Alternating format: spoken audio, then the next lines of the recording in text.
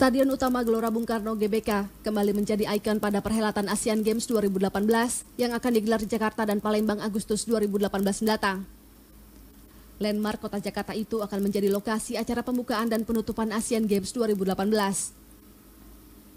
Pembaruan yang dilakukan di GBK sangat banyak, di antaranya tempat duduk single seat mencapai 78.000, ruangan VIP box yang diperbanyak, scoring board yang sudah multimedia, tata suara canggih, dan sistem pencahayaan menggunakan LED standar tertinggi yang diakui FIFA dengan titik lampu sebanyak 610 set yang terkoneksi dengan tata suara.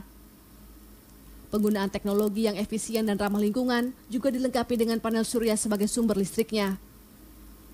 Menurut Ketua Komite Olimpiade Indonesia sekaligus Ketua Panitia Penyelenggara Asian Games 2018 Erick Thohir, pembukaan dan penutupan merupakan acara yang sangat penting untuk Asian Games karena akan disiarkan secara langsung di banyak media di seluruh Asia. Game service dan opening closing mulai Januari. Termasuk tadi weekly meeting daripada kompetisi manager, venue manager, termasuk opening closing saya sudah minta mulai Januari sebulan sudah 2 kali rapat opening closing. Karena itu bukannya kita di opening closing karena akan disiarkan hampir di banyak sekali negara. Erick Thohir mengambil 3 poin penting dalam Asian Games 2018. Salah satunya adalah menonjolkan budaya dan perbaikan moral masyarakat dalam memanfaatkan fasilitas di Asian Games 2018 mendatang. Ahmad Muhajir, Angga Hikmayandi, JAK TV. Ya, kembali bersama kami di Kilas Balik 2017, kita masih membahas mengenai persiapan menyambut Asian Games 2018. Anda juga dapat berinteraksi dengan menghubungi kami di lantai telepon 02151555111. Baik, tadi saya ingin kembali membahas tampaknya dari tayangan tadi, Pak Erick Thohir selaku ketua penyelenggara gitu ya, tampaknya ingin fokus sekali akan pada wahnya nih, opening dan closing Asian Games. Ini seberapa wahnya nih nanti, apalagi dengan GBK yang baru nih, Pak Iris? Ya, kita akan menggunakan stadion utama GBK saat pembukaan. Dan kita juga sudah menunjuk seperti organizingnya acara pembukaan. Yeah. Ini yang tentunya sudah mempunyai pengalaman yang sangat baik. Okay. Kalau tidak salah, dia pernah yang menyelenggarakan pembukaan di London. Olimpiade London. Baik. Karena ini memang suatu acara yang sangat ditunggu dan menjadi apa ya, daya ingat masyarakat tentang Asian Games, maka kita betul-betul menginginkan saat pembukaan ini sesuatu yang kita tonjolkan budaya kita. Kemudian juga kemewahan dari acara pembukaan ini. Dari sudah jalan 2 bulan yang lalu, kita sudah menyiapkan ini semua. Mudah-mudahan tahun depan kita sudah mulai berlatih nanti sekitar bulan April. Berlatih, karena ini sangat-sangat banyak yang terlibat. Perkiraan saya hampir 10 ribuan penari atau apapun yang nanti terlibat. Di dalam opening dan dalam opening ceremony, memerlukan latihan dan koordinasi yang besar. Baik, baik. Pak Ketua kembali bicara mengenai prestasi gitu ya, karena berpaling pada SEA Games kemarin begitu. Artinya kan pemerintah saat ini harus dipecut begitu ya para atlet ini tadi untuk mencapai prestasi yang baik. Karena ini kita sebagai tuan rumah adalah suatu keuntungan sebenarnya, kita mengharapkan seperti itu. Nah, sejauh ini bagaimana sih untuk bicara mengenai atlet-atlet yang berprestasi ini untuk penanganannya kan mulai dari saat ini kalau kita bicara pembinaannya begitu ya Pak? Ya, sejak diterbitkannya Perpres 95 tahun 2017 itu kami langsung bergerak cepat ya. Kami hampir setiap 3 hari sekali mengadakan pertemuan dengan cabur.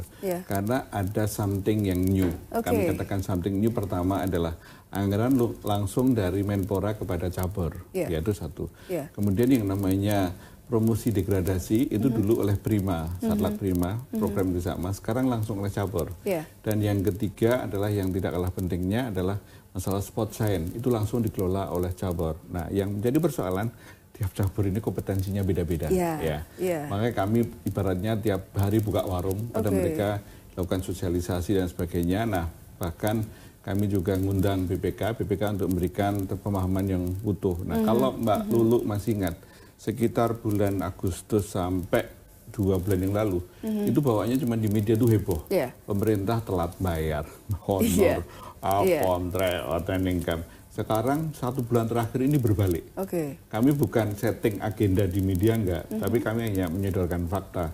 Sekarang ternyata cabur itu merasa kelelahan, bingung. Ternyata yang namanya ngurusin anggaran itu ribetnya minta ampun. Nggak usah jauh-jauh, headline media Kompas hari ini itu tertulis tiap cabur itu jor-joran mengirimkan anggarannya. Kami hitung itu anggaran yang mereka kirimkan itu 1,3 triliun di total. Hampir 2 kali lipat dari anggaran. Sementara anggaran yang digunakan dari 735 itu nanti yang akan digunakan untuk 40 cabur itu kami hitung hanya sekitar 600 miliar. Kenapa? Karena yang 135 akan dipakai untuk NPC. NPC itu National Paralympic Committee. Mereka yang notabene atletnya akan berjuang pada saat Asian Para Games setelah Asian Games. Jadi poinnya adalah dengan uang 600 itu harus dikelola.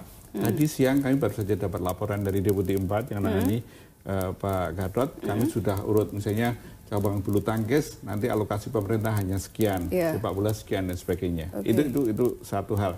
Hal yang kedua adalah yang perlu kami sampaikan adalah waktu ini udah nggak cukup ya.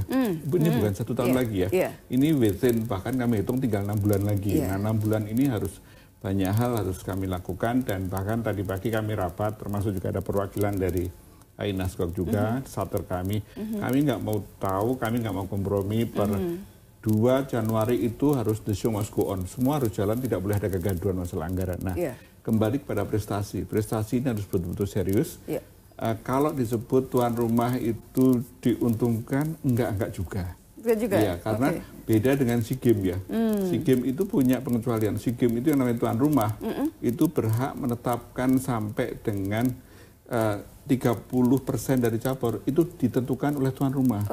Di Malaysia kemarin kayak gitu. Akibatnya, ya ini bukan alasan untuk karena kalah ya.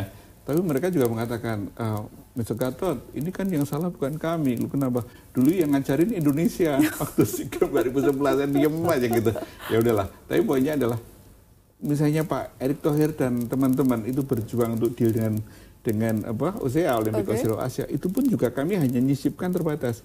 Bridge itu diperjuangkan, kemudian jet ski diperjuangkan, tapi nggak bisa banyak-banyak. Jadi poinnya adalah meskipun sebagai tuan rumah itu harus berjuang. Harus tetap berjuang luar biasa. Karena tidak diuntungkan begitu ya. Iya, hanya diuntungkan sebagai dalam konteks ya banyaknya penonton. Tapi kembali kepada whatsoever ini program Asian Games ini kalau bahasanya Pak Jokowi harus menjadi landmarknya dan kebangkitan kembali olahraga Indonesia dan kita tidak ingin kehilangan momentum itu yang luar biasa. Dan ini yang harus kemudian digeber begitu ya kepada cabur-cabur yang ada begitu. Nah, termasuk nanti bicara mengenai pembinaan untuk atlet muda begitu. Apakah juga seberapa banyak nanti atlet muda yang juga ikut terlibat dalam Asian Games 2018 atau sudah pernah biasanya sudah pengalaman begitu? Ini pertanyaan yang menarik. Kemarin Pak Eris juga hadir waktu di tempatnya Pak Apres ya Pak Eris ya. Tahu nggak pertanyaan Mbak Lulu yang ditanyakan? Mereka tidak lagi menanyakan mengeluh tentang anggaran, tapi titip atlet ibaratnya. Mulai dari tinju kemarin ya dan beberapa cabur yang lain. Tolong mohon izin Pak Wapres, kami akan titip pada Pak Menpora kalau boleh second layer atlet muda itu juga dibolehkan. Coba itu hampir 75% pertanyaan keluar ke situ. Karena poinnya apa? Karena dengan adanya Perpres 95 ini, itu yang boleh masuk di program ini, itu hanya atlet elit. Alasan mereka, nanti kalau cedera, ada backupnya. Kami sudah punya cara yang sistemik. Karena kalau kemudian harus dibagi untuk yang muda-muda, itu uang yang sebetulnya tidak banyak, itu akan terbagi lagi. Akibatnya program yang prestisius itu akan menjadi tidak efektif.